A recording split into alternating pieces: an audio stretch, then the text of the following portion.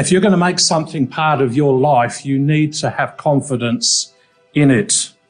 And that's the essence of the verses at the end there. And I've got them from a different version just for the sake of making it absolutely clear. Peter says this in verse 16, when we told you about the power and the return of our Lord Jesus Christ, we were not telling you clever stories that someone had made up, but with our own eyes we saw his true greatness. God, our great and wonderful Father, truly honoured him by saying, this is my own dear Son, and I am pleased with him. We were there with Jesus on the holy mountain and heard this voice speak from heaven. And he goes on. All of this makes us even more certain that what the prophets said is true. So you should pay close attention to their message, as you would to a lamp shining in some dark place. You must keep on paying attention until daylight comes and the morning star arises in your hearts. But you need to realise that no one alone can understand any of the prophecies in the scriptures. The prophets did not think these things up on their own, but they were guided by the Spirit of God. And so we have to have confidence that the things that were prophesied were directly given by God, the message of God. And last Sunday afternoon, we did actually refer to this in Deuteronomy, the importance of this, about knowing when a prophecy is of God. And we have it there from Deuteronomy. And Yahweh said to me, they are right in what they have spoken. I will raise up for them a prophet like you from among their brothers, and I will put my words in his mouth, and he shall speak to them all that I command him. And whoever will not listen to my words that he shall speak in my name, I myself will require it of him. But the prophet who presumes to speak a word in my name that I have not commanded him to speak, or speaks the name of other gods, that some prophet shall die. And if you say in your heart, how may we know the word that Yahweh has not spoken? When a prophet speaks in the name of Yahweh, if the word does not come to pass or come true, that is a word that Yahweh has not spoken. The prophet has spoken it presumptuously, and you need not be afraid of him. And it's important for us to have a conviction that what the prophets have said has happened. And that's really the essence of this first session. We're going to have a look at things that have happened, prophecies that were spoken about, and they clearly have come to pass. And then the second session, we're going to have a look at probably more current events and how they might be fitting into prophecies. And so we're going to start off with a well-known prophecy. And those that have got the worksheets can answer this question unless they're asleep. But if we were going to look to a prophecy that talked about the kingdoms of men, where do you think we might start? Quick, we haven't got a lot of time this afternoon. Daniel 2. Yeah, I was looking for a young person, but you'll do, Brian. That's good. All right, Daniel chapter 2. Let's quickly go over to Daniel chapter 2. It's one we are and should be fairly familiar with. It's one that we deal with at Sunday school. And we know that in Daniel chapter 2, we have recounted there a dream that was had by the king, King Nebuchadnezzar, and he had this dream of an image, didn't he? An image of a man. An image of a man. And this is important. This was a man. Nebuchadnezzar had a dream of an image of a man. And the components, a head of gold, yeah, chest and arms of silver, belly and thighs of brass, and then the legs, iron, and then the feet and toes. Right, okay. And they represent, the head of gold represents Babylon, all right? So we know this. How do we know that? Yeah, but how do we know that? Yeah, because the narrative tells us, and this is the beauty of the prophecy of Daniel. Most of the time we are told what the things mean. We don't have to be confused, all right? And so this was revealed in verse 37. Thou, O king, art a king of kings, for the God of heaven hath given thee a kingdom power. And he gives him recounts the message to him. And he says over the page at the end of verse 38, thou art this head of gold, and after thee shall arise another kingdom inferior to thee, another third kingdom of brass. So we know it's all about kingdoms, no guesswork. All right, so the Medo-Persian Empire followed the Babylonian Empire, and the next empire, the Greek Empire. In these are approximate years here because they didn't just cut off and one start and another one finish. All right, they had one sort of diminished and another one took over. But there's sort of general time periods. Then that was followed by the Roman Empire, and then of course, that broke up and became part of divided Europe.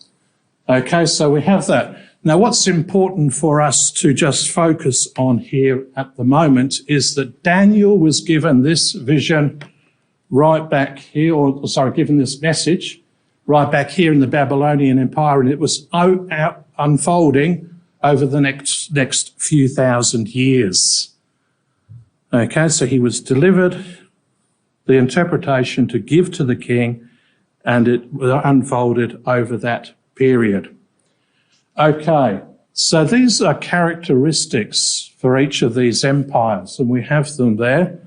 And it's important just for us to note here that when the image is destroyed, and we're told about that in verse 44, and it says there, in the days of these kings shall the God of heaven set up a kingdom which shall never be destroyed, and the kingdom shall not be left to other people. And so it's talking about, isn't it, the return of the Lord Jesus Christ.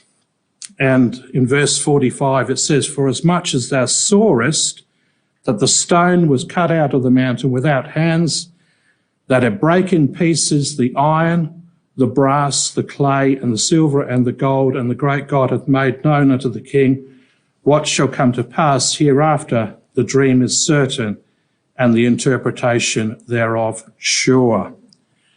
And we note there in that verse that all of these components are destroyed together. They are all destroyed together. And that's important for us to bear in mind, and we're going to come back to that later today. All right, so just remember that. Components, it's not just as though one finishes and another one starts. They do flow through, and we will see that. Okay, where do you reckon we would want to be in that image, in that vision? The stone. That's where we want to be, isn't it? We're living in the times of the toes, but we want to be in the stone, because that represents not just the Lord Jesus Christ, but the Lord Jesus Christ and the saints. Okay? So, there we go. Daniel chapter 2. And as I said, one that we should be familiar with. But it provides us a building stone. And we're now going to go over to Daniel chapter 7.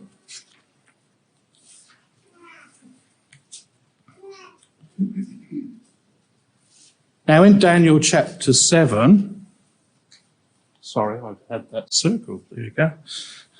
Right, Daniel chapter 7, this is a vision, and we're told here in verse 1 that Daniel had.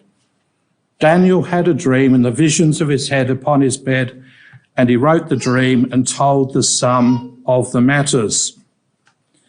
And Daniel spake and said, I saw in my dream by night, and behold, the four winds of the heavens strove upon the great sea. What do you reckon the great sea might represent? Yeah, the nations, yeah, but maybe that Mediterranean, because that was the great sea in that region, wasn't it? Okay, because we need to remember all the time that all this focus is around Israel, and we're going to see that later on. So you'll see that all these empires sort of come out of that region, that area, okay? And we see that four beasts come up from the sea. diverse one from another. And as I think as Sister Ruth said, so they came out of the nations from different areas, and we see them like beasts. And so this is interesting. This is what God saw about these empires. How many beasts were there? 4, wasn't there? There was 4 beasts. And they basically equate to these 4, and the 4th one is really all of that together. And we'll see that. Okay, so the first beast was like a lion. Okay, we've got the components there. It was like a lion, and it had eagle's wings. And I beheld till the wings thereof were plucked, and it was lifted up from the earth and made stand upon feet as a man, and a man's heart was given to it. Okay, so this first beast does really associate with that Assyrian Babylonian empire, if you like a lion. And it was something that they used to represent their empire. That's at the gates of the Ishtar Gate. Okay, we see a lion on there. And this is an Assyrian representation. They're interesting that it's got wings there as well. All right, so it is a fitting symbol, the lion. And it had eagle's wings. And that really talks about the way that the empire did spread, and particularly in the Assyrian stage of it, the empire spread quite rapidly and quite quickly. Not so much under the Babylonian. The Babylonian stage of it was more a consolidation of the empire. And so that's really picked up in this idea of the wings being plucked up, that because wings really are about moving quickly, aren't they? And it stands on its feet as a man, and a man's heart was given to it. And so you can sort of see there's different aspects here. And the lion, its sense, talks about the Assyrian Empire, and that they were quite vicious in the way that they established control, and they would relocate people to other places and really mix things up. Whereas the Babylonian Empire was a little bit different. They actually looked, how can they make themselves better? And we see that in Daniel particularly, where they took the cream of the crop, as it were, and said, how can we benefit by these people that we are conquering? And they looked for the opportunities there. And we see this in the story of Nebuchadnezzar, because Nebuchadnezzar learnt, didn't he, in Daniel chapter 4, the same hour was the thing fulfilled upon Nebuchadnezzar. He was driven from men and did eat grass as oxen, and his body was wet with the dew of heaven, till his hairs were grown like eagle's feathers, and his nails like birds' claws. And at the end of the days, I, Nebuchadnezzar, lifted up mine eyes unto heaven, and mine understanding returned unto me, and I blessed the Most High, and I praised and honoured him that liveth for ever, whose dominion is an everlasting dominion, and his kingdom is from generation to generation.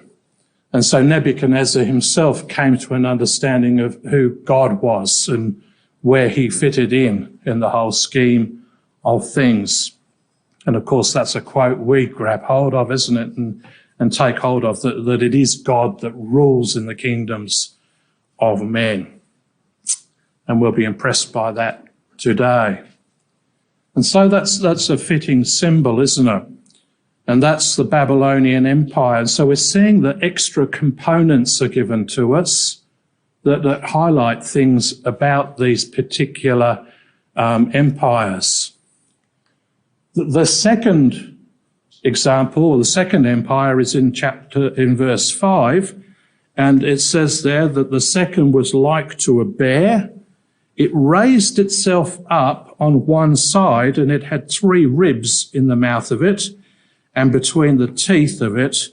And they said thus unto it, arise and devour much flesh. And so we have a bear to start with, and doing some research on this, I was given to understand that a characteristic of the Medo-Persian Empire was the way that they went about things was with great armies. They just were like a bear. They were just overwhelmed people just by their pure weight of numbers, like a lumbering bear as such. We see there also that it's emphasised there that it was raised up on one side. And we remember that the second empire was the Medo-Persian Empire. And so it started out under Cyrus the Mede, but then later came the greater, as it were, who was Darius and so on, and the Persian Empire took over. And so first of all, it was sort of lower, and then we have following the upper side, and we're going to see that again in another example. And we're told that it had 3 ribs in the mouth of it, between the teeth of it. Now, if a bear has ribs in its mouth, what do you think it's doing there? Is it being caring and loving about it, or? Dominion? Yeah, dominion and power, isn't it? So it's sort of talking about that. And what's interesting is that here we have the Median Empire here, and to conquer the area that was to become theirs, they had to overcome the Babylonian Empire, the Egyptian Empire, and the Lydian Empire. Those 3 empires were the ones that they took over to become this Medo-Persian Empire. And so I have that there, those highlighted there. And so that's why on the sheet there you've got 3 lines to put next to the ribs there. All right? And just remember, this isn't a history lesson. We're trying to reinforce here that what the prophets have told us, that they did really happen. And because these things did happen, we can then start to have confidence when we start reading about prophecies today, that we can have confidence they're gonna happen. All right? So that's the importance of just getting this. So we're not going to go into too much intricate detail, but we're just going to do enough so that we can have confidence ourselves. Okay, so that was the second beast. And then we have the third beast in verse 6. After this I beheld, and lo, another like a leopard, which had upon the back of it 4 wings of a fowl, and the beast had also 4 heads, and dominion was given to it. And so when we think about a leopard, you know, what do we think about? What sort of beast is that? Is that speed, isn't it? Yeah, it's quite agile, isn't it? Quite an agile animal. And it's emphasised it had 4 wings on it. So we saw the first beast had 2 wings, which, you know, talks about maybe that the speed with which it was able to spread across the region. Well, this one has 4 wings. So we can see that it's probably highlighting the fact that it was quickly able to encompass a large area, and indeed it did. The Greek Empire started over here, and it was to spread right across over towards India. Okay, and it went right down here into Egypt as well. Incredibly quickly, incredibly quickly. Of course, Alexander the Great was the great leader under which all of this area was conquered. He started out at the age of 18 with his dad over in this area where they sort of conquered because Greece wasn't a country as such as we know it today. There was a lot of individual countries which had to be brought together, and they brought them together and then they went out. I mean, it was predominantly Alexander that did that. And he died at the age of 33, very young. And he achieved all of that as a young man. And then following Alexander, there were 4 heads and dominion was given to it. So we're told that there was 4 heads on this. And it's well known that Alexander had 4 generals and the empire was divided up amongst these 4 generals, Cassander, Antigonus, Seleucus and Ptolemy. Okay, so we can see the way that things unfolded. And this was 300 or so years after Daniel had this vision, these details. And so it shows us the way that God revealed these things to him. Later on, the Greek Empire really consolidated and the Seleucid Empire became quite the major one in the north, and the Ptolemaic Empire the one in the south. Okay, they become a focus. And in the middle, of course, we have Israel, and that's important for us, and we're going to see that in a few moments. All right? So, then we have the fourth beast. We're not really told much about this beast. It's not one, it's just a beast. And the focus on this beast really is initially about the horns, isn't it? We're told that it's a dreadful and terrible. It's strong exceedingly. We're told it had great iron teeth. Iron teeth. So we can say, oh, yeah, okay. I've heard that already, haven't I? This was the metal in the image that represented Rome. And it devoured and brake in pieces and stamped the residue with the feet of it, and it was diverse from all the others. Okay. Now, I have forgotten to tell you that Daniel had the interpretation given to him again in verse 16 here, because he was troubled by it. And the angel stood by him and told him the interpretation. Verse 17, these great beasts which are four kings which shall arrive out of the earth. Okay, so once again we understand what this message is all about. And as the angel is revealing this to Daniel in verse 19, he said, I would have you know the truth of the fourth beast, which was diverse from all the others, exceeding dreadful, whose teeth were of iron. We've already heard that. And it says its nails were of brass. Its nails were of brass. And it devoured, brake in pieces, and stamped the residue of it. And so what does brass represent? Yeah, so we've already seen that the Grecian Empire was represented by brass, wasn't it? And so we see that in this particular beast, there's still that Grecian element there. And that's important. And it's still here today. Okay. And so that's the Roman Empire. And so the Roman Empire spread right across over into Britain, and it focused right across here in northern Africa. And so it took over most of what we would know as Europe today. And we see, don't we, in verse 8 of Daniel chapter 7, that Daniel considered the horns, that they were really the thing that was unusual about this beast. And there came up among them another little horn, before whom there were three of the first horns plucked up by the roots. And behold, in this horn were eyes like the eyes of a man, and a mouth speaking great things.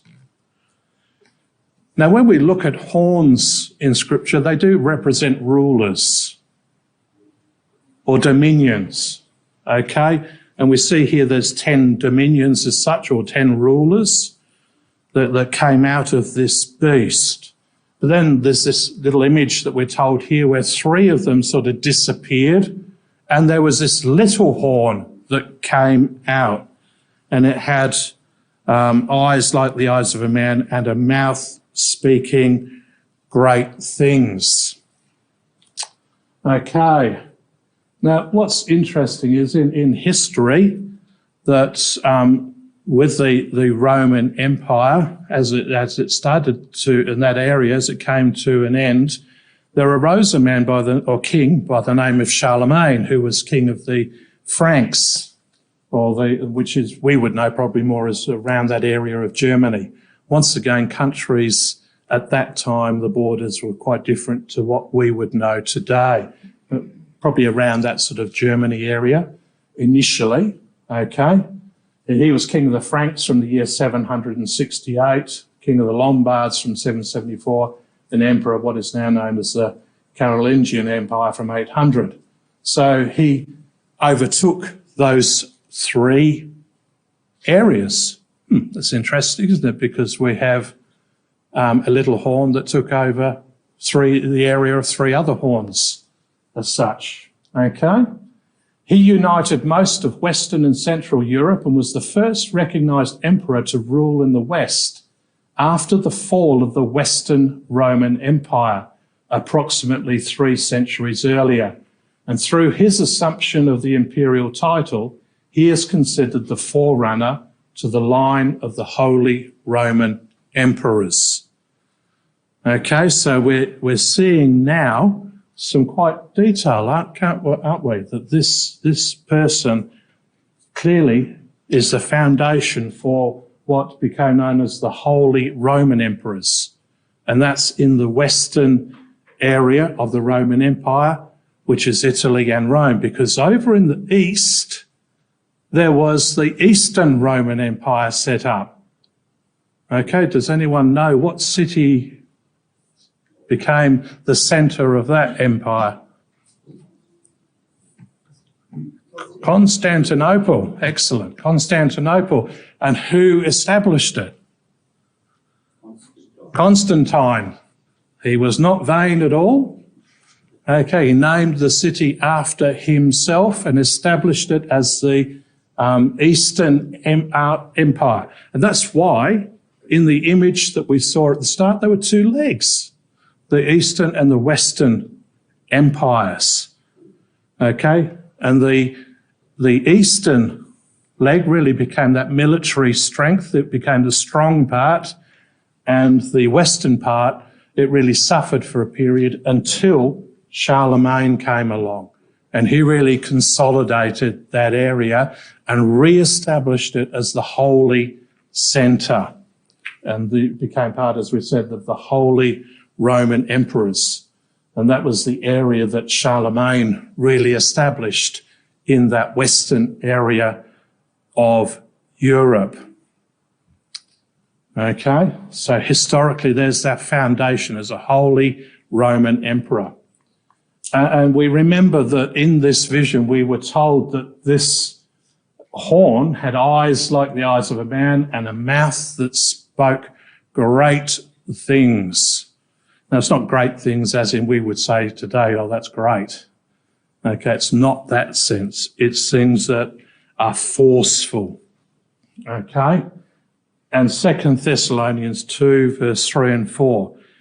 Let no man deceive you by any means, for that day shall not come except there come a falling away first, and that man of sin be revealed, the son of perdition, who opposeth and exalteth himself above all that is called God, all that is worshipped, so that he as God sitteth in the temple of God, showing himself that he is God. And that's the sense of the greatness that we're talking about here. Someone that thinks they're so great that they feel like they are God themselves. And we, of course, have the latter-day representation of that in the papal system, which was started with Charlemagne, the Holy Roman Empire. Okay? All right. Turn the page to Daniel chapter 8. Daniel chapter 8, we have a couple more animals talked about here, once again in a vision. And here we see that the vision starts off in verse 3 with the there was a ram which was by a river and had two horns. The two horns were high, but one was higher than the other, and the higher one came up last. So we're starting to see repeats of things we've already heard. And we're told also that the ram was pushing westward, northward, southward, so no beast might stand before him. And then he was considering in verse 5, and a he-goat came from the west on the face of the whole earth and touched not the ground, and the goat had a notable horn between his eyes. We say, well, what on earth's all this about? Well, once again, Daniel was told. Okay, from verse 19. He said, behold, I will make thee know what shall be in the last end of the indignation at the time appointed. Verse 20. The ram which thou sawest having two horns are the kings of Media and Persia. So he knows that. Okay? And not only that, the rough goat is the king of Grecia. Okay, so the prophecy of Daniel is great, particularly for young people, because we get told all about it. Okay, and it's not really that hard. It's there. How do we see how it fits into history? Okay, so we know that first of all, this ram represents Medo-Persia, and that it had two horns and one was higher than the other, and the higher came up last. And we've already seen that, haven't we? The Medo-Persian Empire, Cyrus the Mede came first, but the Persian Empire, starting with Darius, he came later. Okay? And that was the situation. And it was here we've seen that, how they spread their empire, and it went westward, northward and southward, so that no beast might stand before him, neither was there any that could deliver out of his hand. Okay? And we might remember, actually I haven't got the map here, but the Medo-Persian Empire really did move towards the west because it was over in the eastern side, wasn't it? And it went westward, northward and southward from where it started from. And it did become great. And as he was considering, behold, a goat came from the west. And that was interesting, wasn't it? Because we remember Greece was over here and it headed westward. Okay, we can see that the detail here on the face of the whole earth and touch not the ground. So that once again, we've got the essence, that image of speed, haven't we? That empire.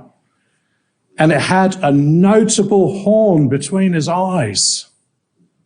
Okay, notable horn. What does the horn represent? Power. And who was the powerful one in Greece? Alexander the Great. He was the one, wasn't he? Okay, he established it. He established this empire, the notable horn. Okay? And he came to the ram, which was by the river, and the fury of his power saw him come close. The ram was moved with choler against him and smote the ram and broke the two horns, and there was no power in the ram to stand before him.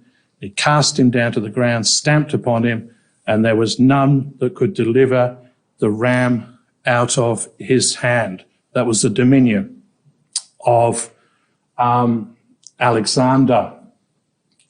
And then we're told out of the goat waxed strong, and he was strong, and a great horn was broken, and for it came four notable ones towards the four winds of heaven.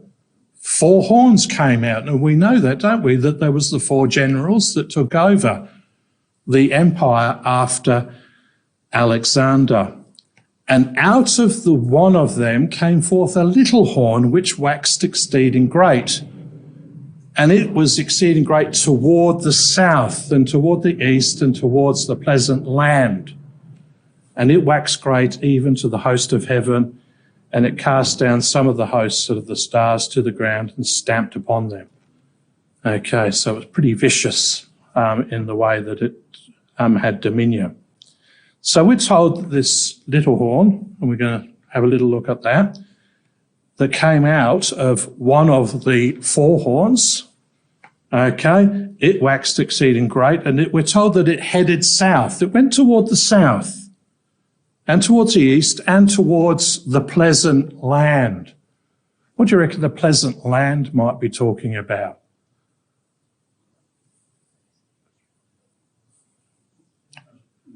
Do you reckon it might be talking about the land of God, Israel, the promised land? Do you think that's the thing we might think about as a pleasant place, that God intended as a pleasant place? It says God's eyes continually upon it, doesn't it? That's right.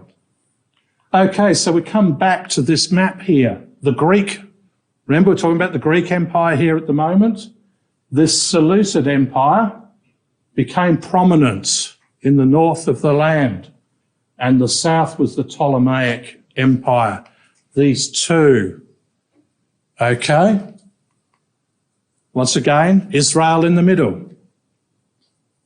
And sorry for those that are online, you're probably not getting the animations. You'll get it all revealed straight away. Okay. And so we have a king in the north and we have a king in the south, because it's all in a relation to Israel. And out of them came forth a little horn. Now, in that northern empire and that southern empire, over the years, there was ongoing conflict. And we're told about that in Daniel, and it's told about it in Daniel chapter 11. And we're not going to go into all the detail of Daniel chapter 11, okay? But it's got this interaction between the king of the north and the king of the south. And we get the impression that the king of the north was quite strong, and we saw that there on the map. Now, there was a man by the name of Antiochus Epiphanes, who was, we've got there, a Greek Hellenistic king who ruled that Seleucid Empire in the north. I'm suggesting to you he is that little horn, okay? And he ruled that empire from 175 to 164 BC. And we're told in Daniel 8, verse 11, yea, he magnified himself even to the prince of the host, and by him the daily sacrifice was taken away, the place of his sanctuary was cast down. Now we're told about Antiochus Epiphanes. You can read this fairly readily. I think I might have even got this off good old Google. All right, but it was consistent with others, but wherever you get it, that's fine. Okay. So focusing here, okay, by him the daily sacrifice was taken away, the place of the sanctuary was cast down. And we're told there that he had a man by the name of Menelaus, which was a puppet high priest as such, who he restored. And Antiochus issued decrees aimed at helping the most enthusiastic pro-Greek faction of the Jews, usually called Hellenizers, because Hellenists were people that wanted to be Greek. Okay, they liked that Greek influence. And they were Hellenizers, and they were against the traditional Jews. And he outlawed Jewish religious rites and traditions. And the temple in Jerusalem was changed to a syncretic Greek Jewish cult that included the worship of Zeus.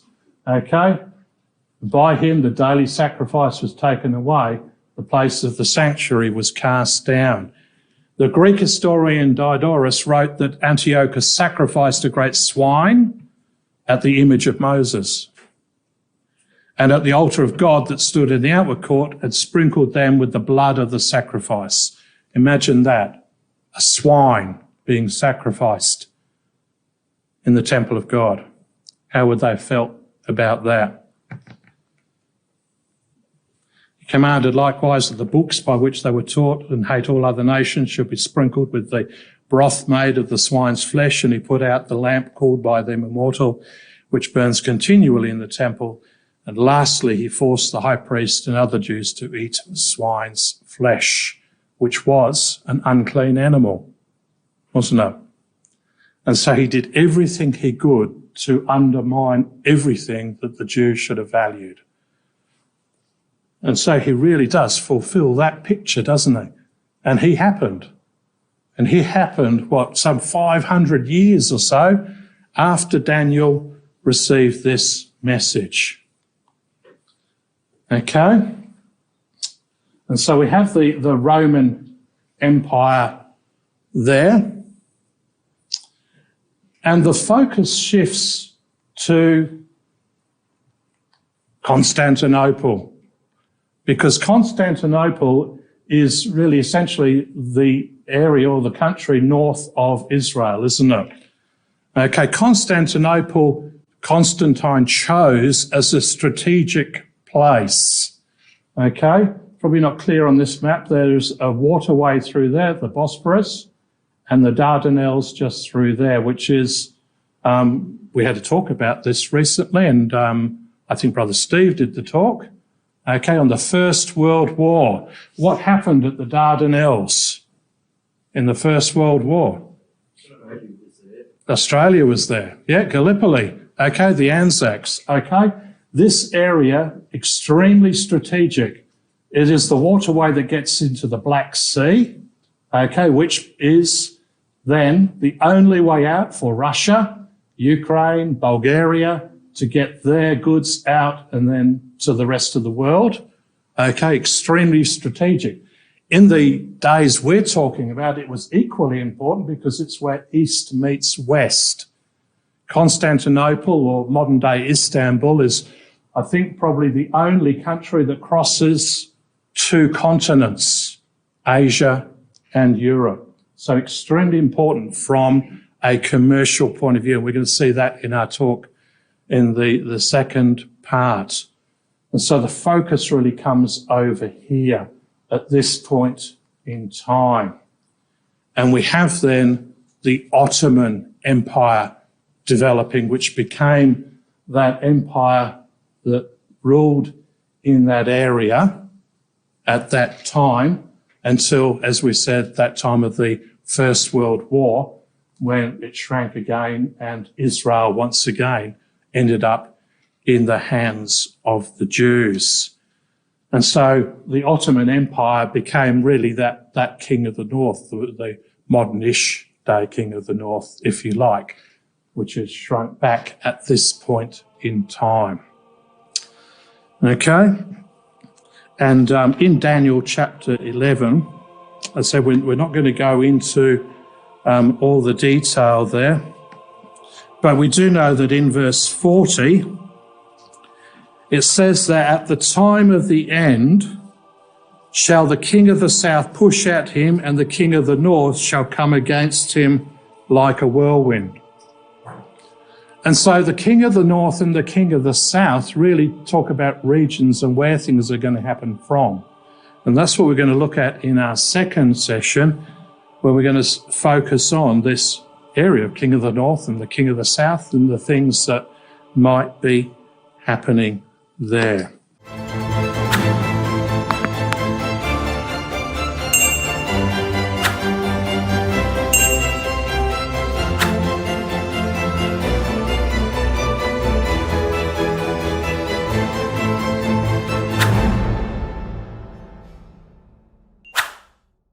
We were talking about the king of the north, and we talked about the Ottoman Empire, which was there basically until the time of the First World War, and it was dried up, and the significance of Istanbul, which was Constantinople, that Constantine established, and it became known as the Second Rome.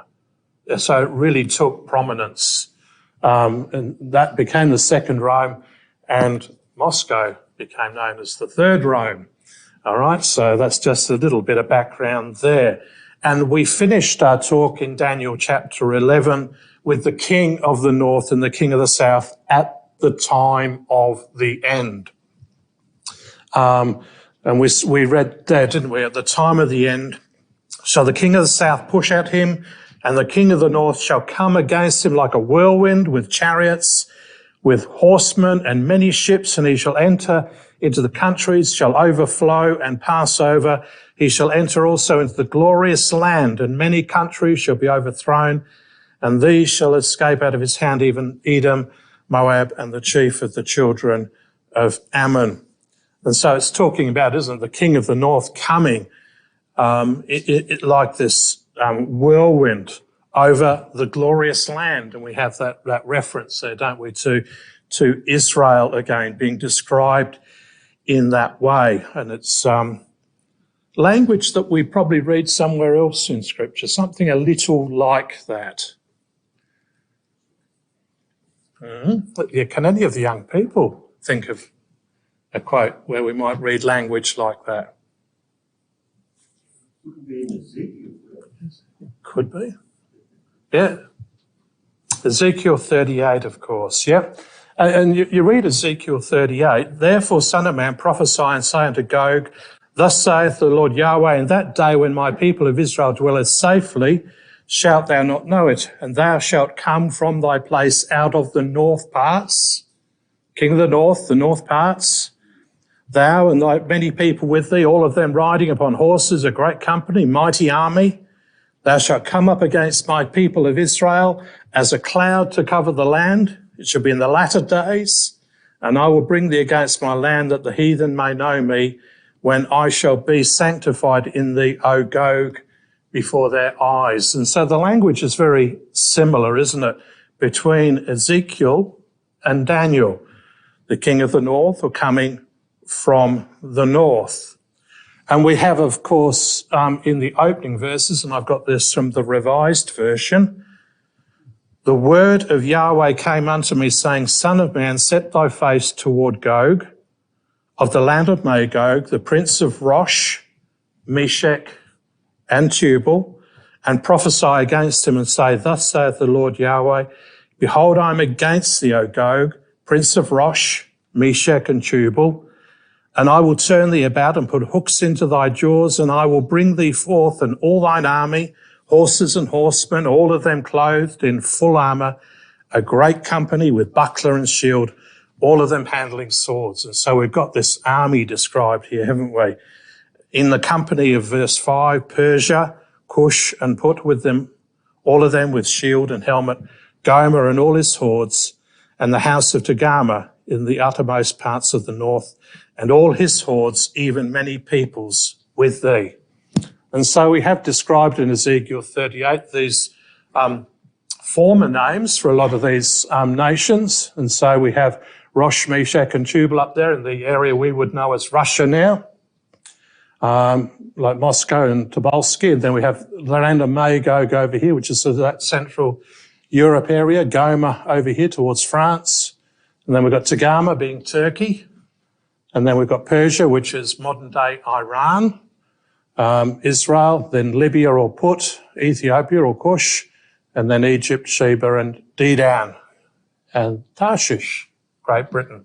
So they're all the ones that are described in Ezekiel 38. And so it's all about this time of that conflict. What might that conflict be called? Armageddon. I can read your lips, Shem. Good. Armageddon. All right. Where do we read about Armageddon? Revelation 16. Yeah, that's it. Revelation 16. It's said, For they are spirits of devils working miracles, which go forth unto the kings of the earth and of the whole world to gather them to the battle of that great day of God Almighty. This is God in control. It's God's day. He has designated the time. And then in verse 15 it says, Behold, I come as a thief. Blessed is he that watcheth and keepeth his garments, lest he walk naked and they see his shame. That's the time we're looking. And he gathered them together into a place called in the Hebrew tongue Armageddon. And so on your worksheets, this is just the last sheet I think you've got there, Armageddon. And it says it's in the Hebrew tongue. Three components to that: arima, a heap or a pile, a heap of sheaves; gay, a valley, a steep valley or a narrow gorge; and don or dion, meaning to judge, contend, plead, or judgment. And you put them together, a heap of sheaves in a valley for judgment. And really this is God bringing the nations together for a purpose, and that is, they think they're coming to conquer the land of Israel, to get the great spoil that's talked about in Ezekiel 38, but it's God bringing them together because it's a purpose of judgment. All right, so we've got that there. Watching Kyria writing furious. No, that's all right. You can write. That's good. Yeah, so So we have that there. Now, we might think, well, are we stretching it a little bit, tearing a word apart and making it say that? Do you think that might be stretching the friendship a little? No, because it's interesting, you won't read that necessarily in many commentaries.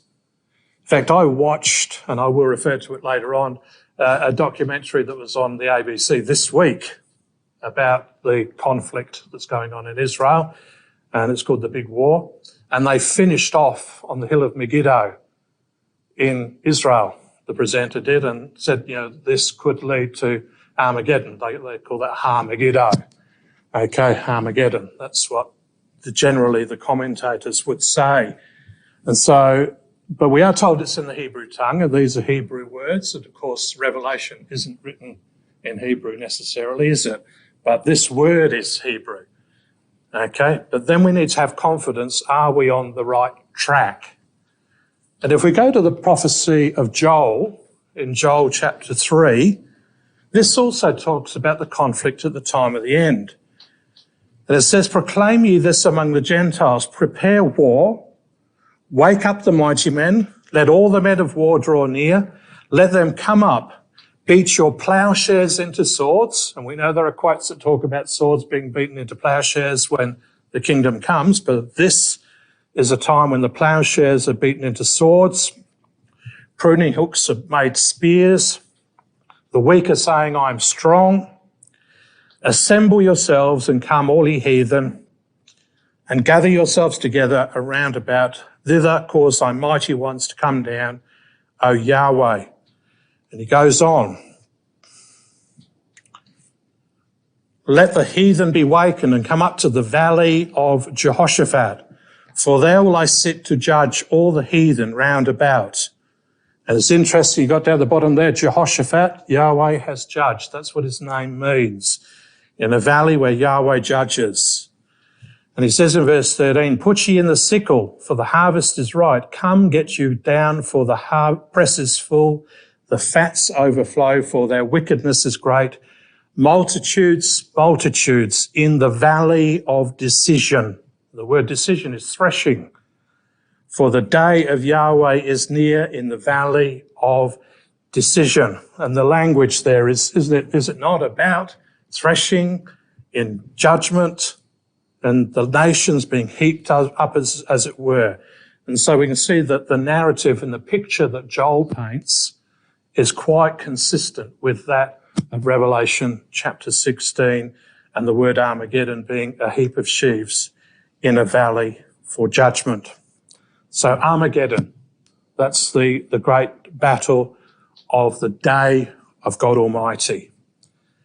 Right, let's have a little look at what's going on. We looked at this map. These were the nations that Ezekiel 38 talks about in that battle at the time of the end. And we have Russia and Ukraine at war. And they have been for some time. Yes, Russia went into Ukraine in February of 2022, 2 years ago. But in 2014, in February, they annexed Crimea down here in Ukraine. It's been really going on for that period of time and earlier. And we might say, well, what's the motivation here? Vladimir Putin wrote an article in 2021. I'm just going to quote a component of it because it was quite a lengthy document, all right? But he explains how he sees things. And he says, Russians, Ukrainians and Belarusians are all descendants of ancient Rus, which was the largest state of Europe. Slavic and other tribes across the vast territory from Lagoda, Novgorod and Pskov to Kiev and Chernigov were bound together by one language, which we now refer to as Old Russian. Economic ties, the rule of the princes of the Rurik dynasty, and after the baptism of Rus, the Orthodox faith, the spiritual choice made by Saint Vladimir, who was both Prince of Novgorod and Grand Prince of Kiev, still largely dominates our affinity today. And he goes on to say, I am confident the true sovereignty of Ukraine is possible only in partnership with Russia. Our spiritual, human and civilizational ties formed for centuries and of their origins in the same sources, they have been hardened by common trials, achievements and victories. Our kinship has been transmitted from generation to generation. It is in the hearts and the memory of people living in modern Russia and Ukraine, in the blood ties that unite millions of our families. Together, we have always been and will be many times stronger and more successful, for we are one people. And so he's talking about his motivation, isn't he, for this, or as it were, bringing back the past. And that's his motivation. I've got a slide here I shouldn't have here. They're a bit out of order, these next two, so sorry about this. So I'm going to go over that one and we'll come back to it. No, I won't. I'll go back, sorry. Yeah. So, keep that in mind. This is his motivation, okay, in Ukraine. Yeah. Remember, just adding to your section there, remember when 89 with Russia, Europe fell over. Mm-hmm. Brother Vladimir Putin said that it was the greatest geopolitical disaster in late modern history. Yes. Because they lost so much territory. Sorry to interrupt you. They lost so much territory. It's a pretty significant comment. Yes. Yeah, that's right. No, that's all right. Now, yeah, we are going to come back to, so bear this in mind, okay? This was Putin's vision that's had him in Ukraine. So we've got Ukraine and Russia. But I think for all of us, we're probably wondering, what about the rest of Europe and how does it sort of start to fit in with all of this? I found an interesting article that was written against the context of the opening ceremony of the Olympic Games. It was on the site GIS Reports, and Prince Michael of Liechtenstein is one of the contributors and the founder of this. And it was an article, Europe's Biggest Challenge Comes From Within. And he says this, Europe consists of a variety of countries and cultures with distinct traditions. The competition between them has long been the driver of developments. But Europeans also had something in common that was a fundamental component of success, a Christian heritage with its demand for self-responsibility and the call to love thy neighbour. Responsibility and respect for others in the community became part of the European soul. This message was enhanced by Greek philosophy and Roman law. Remember at the right beginning, the first session, I said, remember the metals. They flow through, and here he is saying, this is what we need to refocus on. We need to refocus on our Christian heritage, which the Catholic Church was fundamental to all of those, or most of those countries. Greek philosophy, the brass, and Roman law, the foundations that he feels they need to revisit to bring them together. Unfortunately, neither the continent's churches nor governments always lived up to these ideals, but they were there. This was the basis which spawned the Renaissance and made the era of enlightenment and rationalism possible. The Christian heritage, independent of whether one is a believer or not, and the Enlightenment became the binding forces of European civilization. And Europeans are thinking about things and saying, are we heading in the right direction? And that's being reflected in the political leanings in a lot of the European countries. There's this article here, the European populists back Putin as they roll out their anti-Ukraine positions. This was in June the 14th this year. Okay? And it's talking about the far right parties. Those parties are all about sharing wealth. They're really almost that communist sharing the wealth idea, which is not the liberal government idea of let's try and do what we can for ourselves and let's all be successful in a sense. And so some miss out if they don't get supported. And the idea with these far-right, the role that these far-right parties play in the upcoming years will have serious implications for European democracy and stability. The issues facing Europe are enormous, and the rise of the far-right is further evidence of not just the genuine angst brewing over cost of living and identity issues, but also of Russia's expertise in psychological and information warfare. And so it might not be obvious to us, and we might be thinking, well, how on earth is all this going to happen? But the commentators are seeing that there is this leaning and this groundswell within Europe that could bring about an alignment with Russia.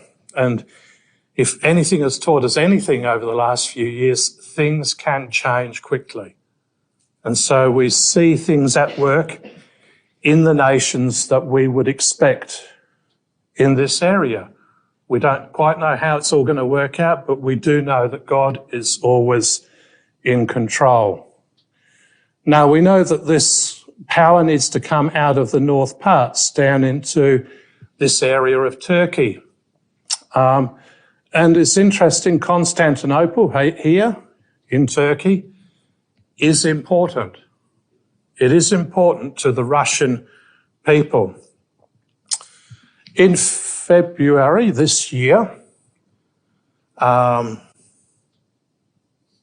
thought I had notes on that. Oh, it's on that page there. Righto. I'm going to move on. Here we go. In February this year, Vladimir Putin was interviewed by an American conservative political commentator called Tucker Carlson.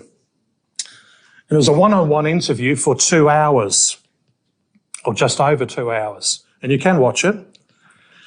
And for the first half an hour, Vladimir Putin explained and justified why he was going into Ukraine based on that historical foundation that we read out earlier. And that's clearly his motivation. And this, there was an article written by a lady by the name of Evgenia Gaber, and she's a non-resident senior fellow at the Atlantic Council in Turkey. She's a professor of national security studies at the George C. Marshall European Centre for Security Studies and has been advisor on Russia, Turkey, and that region affairs. And she wrote this article, Watch Russia's Claims on Constantinople. And she draws on a quote from a representative in Russia within this article. In February 2023, while Turkey was still recovering from a devastating earthquake, Russian State Duma member Semyon Bagdasarov issued a call to attack Turkey and annex Istanbul. Turkey is the historical lands of Russia. Turkey is now in dire situation. Let's take advantage of this and return our lands. Let's squeeze it out of the Central Asia, undermine its influence in Ukraine, drive out the South Caucasus, raise certain forces in Turkey and return what historically belonged to us, Constantinople. He went as far as to suggest that the crisis in Turkey might end up in its collapse and in Russia's return to Istanbul. He says, we will erect a cross over the church of Hagia Sophia and reveal frescoes that are now hidden from people. And we'll put on music, a prayer in Aramaic or perhaps in Russian. And that's that ambition that is shared by Vladimir Putin. And we see that there is this Christian aspect because, of course, Constantine, when he established Constantinople, brought Christianity in, which became the Greek Orthodox Church, which became the foundation for the Russian Orthodox Church. And he makes reference to the Hagia Sophia, which is a well-known church in Istanbul, one of the great architectural wonders of the world. And it was a Christian church, but now is a mosque. It was a museum for a period of time, but has become a mosque again. So Turkey is 90% Islam at the moment. So the ambition is to make it Christian again. This lady in her article comments towards the end of it. As Putin continues his efforts to restore the Russian Empire, Ankara, which is the capital of Turkey, Ankara must remain clear-eyed about the real threats to its national security. It's not a risk of being divided by NATO, but a risk of a divided NATO that would leave Turkey most vulnerable to Russian revisionism in the region. And I found that interesting, talking about a divided NATO when we talk about the iron and the clay feet, and they sort of don't gel together. That there's sort of a ring there, isn't there? Get a bit dry. Okay.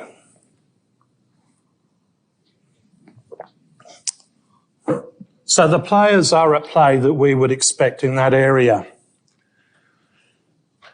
On the map, we have right at the centre Israel, don't we? And we would expect that some sort of focus to be happening in Israel, wouldn't we? And of course there is. There is a focus on Israel, isn't there? And it's in the news constantly, day by day. And it has been for almost a year now. Almost a year since that attack took place on October the 7th last year. But what of Israel? How should we view this? We did look at this briefly the other night with Brother David. But Israel, we know, are God's witnesses. Because God said that.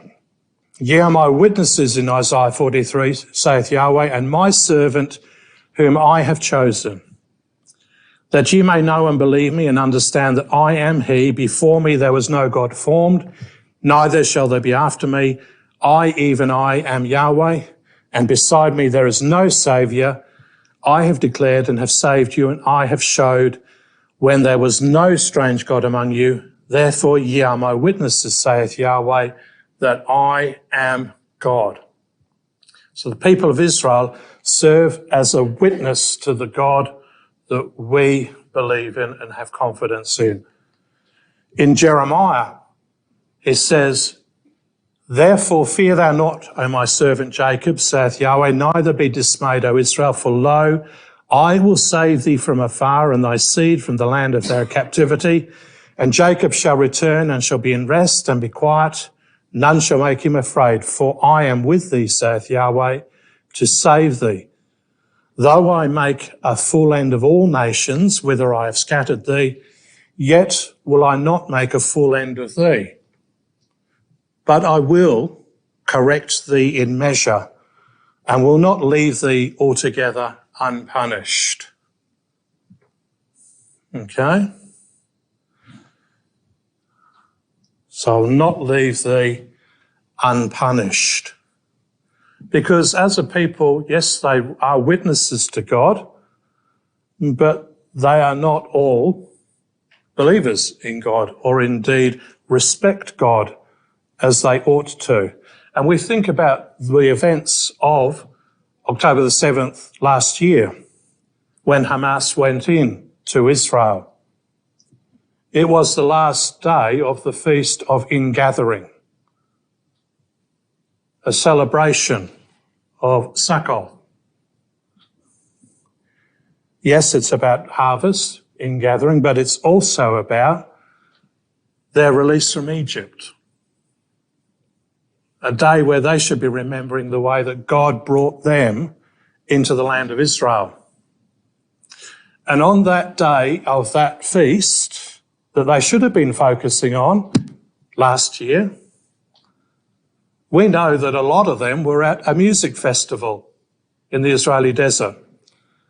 And a festival of music, which I think is called transitory music or something, which is all about getting into a trance and focusing your minds, certainly nothing to do with God. And so we get a little insight into why God needs to work with this people and mould them as well, as indeed he needs to do with all of us, because we're not perfect either, are we? All right, but I'm just trying to give you an insight. Yes, Israel are God's witnesses, but there's a bit of moulding to happen as well. Okay, so on that day, we know Israeli hostages were taken. Men, women, children, elderly. They were still being held hostage when this poster was put together. And it was a great tragedy, wasn't it?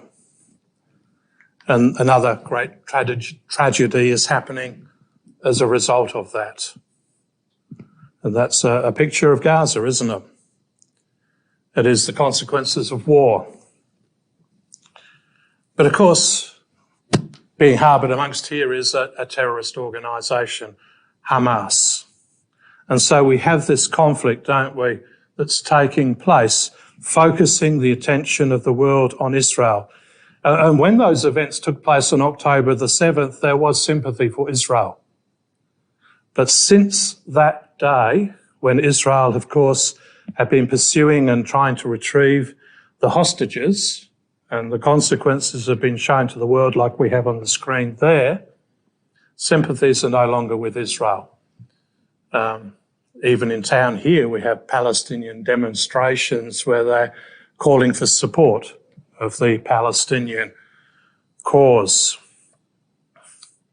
And of course, Israel is doing everything it can to try and retrieve the hostages and try and maybe, as it were, bring fear.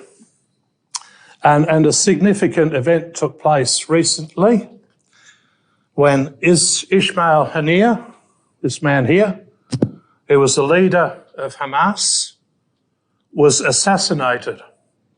And he was assassinated in Iran, in Tehran. And he travelled to the Iranian capital for the inauguration of the country's new president, Masoud Pezeshkian. So there's this new president there, and you might remember this president is there because there was a helicopter crash a few months ago when the existing president at the time died. And they had to install a new president, and the events around this organisation provided the ideal opportunity for the assassination of the leader of Hamas, which everybody knows Mossad did, but Mossad, of course, don't say that they did it. There's also speculation they may have caused the helicopter crash that killed the previous president to orchestrate all this, but be that as it may, that's a conspiracy theory. We're not going to go down there. All right? But it is interesting. And I watched a fascinating little documentary on ABC about the assassination and how they did it. It was an ABC one, quite interesting, because they had limited opportunities. They assassinated someone in Qatar and they a few years ago. And the way that they did it, Mossad agents borrowed passports of residents of Israel that had dual citizenship, so there were some Australians and some English, went to Qatar and assassinated this person and left again, but they weren't particularly cautious. It was a bit interesting how Mossad did this because usually they're very meticulous, but they were on cameras and everything. They identified them.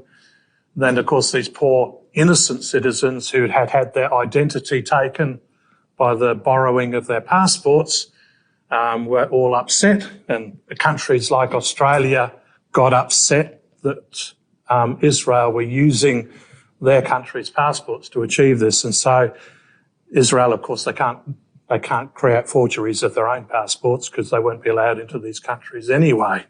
Okay, they can't travel as Israelis. But it seems they're able to get into Iran and assassinate people. And they've done that with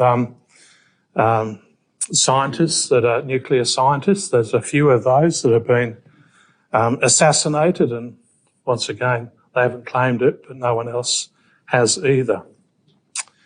As I said, an interesting documentary, The Big War, on the ABC, and it talked about the influence of Iran over this. Okay, so we have the Ayatollah Khomeini here and Benjamin Netanyahu. The government structure in Iran is interesting. You have the Ayatollah at the top, and then you have a government structure underneath him, and they run the country, and decisions are made, and they happen if he's happy with it. If he's not happy with it, then they don't happen. And we think, oh, okay, that's a dictatorship. I guess in a way it's not all that different to our own government, where we have the Governor-General, and they represent the King of England now, so all of our legislation happens and it's rubber-stamped by the Governor-General. But I don't think our Governor-General would have the courage to override things the same way that he would. Our Governor-General once did that many years ago and he went down in history, and I don't think they will do that ever again. Yeah, that's right. Okay. So, Israel, Iran.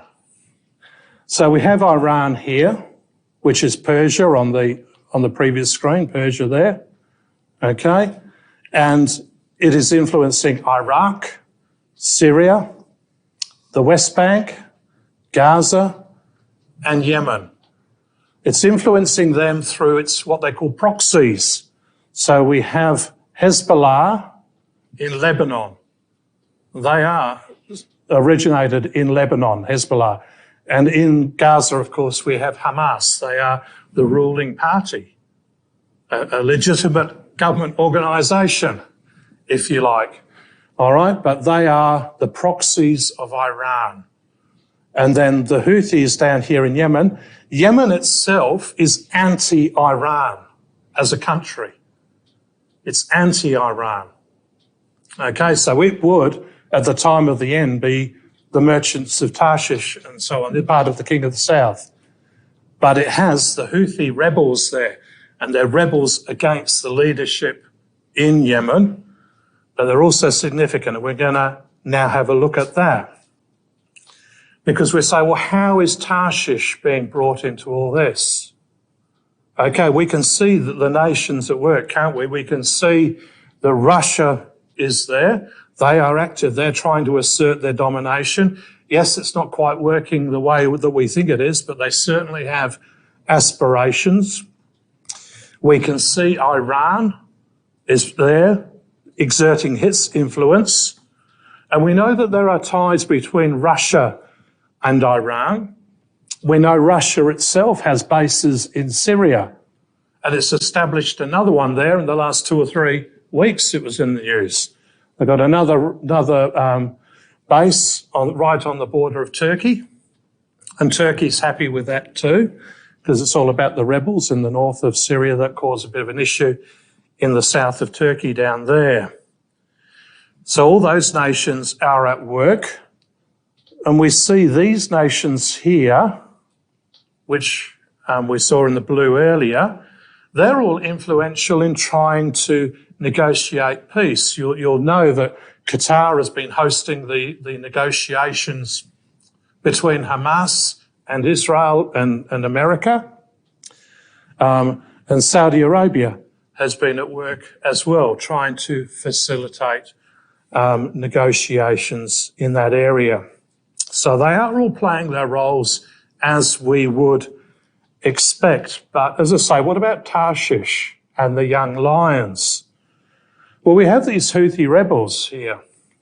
They also have been in the news because not only have they been fighting the government in Yemen, they've also been attacking ships that have connection with Israel, ships that have connections with countries that have connections with Israel, and sometimes they attack other ships as well.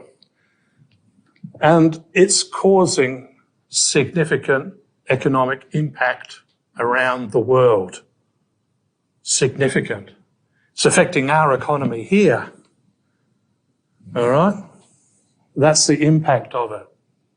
We have cruise liners that would normally come here that won't be here next year because they're not going to travel through the Suez Canal. All right, so that's the economic impact. What's interesting is that has brought America into that region, but not just America. Australia is playing its part. It's playing its part in this area as well, along with Canada, along with Britain, because they have a vested interest. It's the economic aspect. And so, yeah, we see Tarshish being brought into this area, and the Houthi rebels are doing it because they are trying to support the Palestinians in their plight against Israel. So it focuses on Israel again. And so all these nations that are talked about in Ezekiel 38, yes, God is working with them, and they are being focused as we would expect.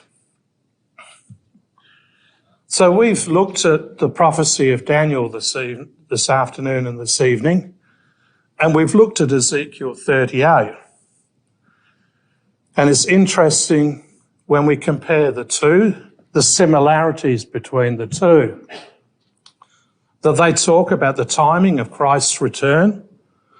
They talk about a time when Israel is re-established and occupiers are removed, which we have seen. Israel is there.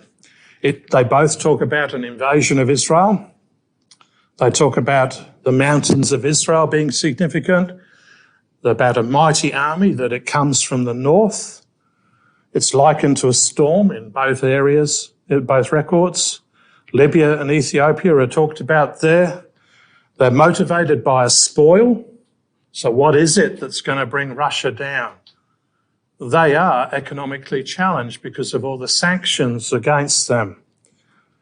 So what that motivation may be, we used to think it might be oil, but oil is not as valuable as it used to be in some ways because everyone's moving to electric vehicles in Europe now, so it could be something else. But certainly it's a spoil. There is the wealth of Israel. Israel is prominent in the technological arena, so maybe it's that, the intellectual properties that are there. There will be a group of nations that are in opposition, styled the King of the South, which we can see are being brought into that area. And the aggressor, we are told in both of those records, will come to an end. That God's judgments will be executed. And that's what it says in Ezekiel chapter 39. In Ezekiel 39, it says, "So will I make my holy name known in the midst of my people Israel." This is the whole purpose, isn't it? That God's name will be known in the midst of Israel, and I will not let them pollute my holy name anymore. And the heathen shall know that I am Yahweh, the Holy One in Israel. Behold, it is come, and it is done, saith the Lord Yahweh. This is the day whereof I have spoken. That's the language of Ezekiel 39 following Ezekiel 38. It's God's day. And so we saw the similarities on that list there, and I guess you can get copies of this later on. I didn't expect to write down all of that big long list there.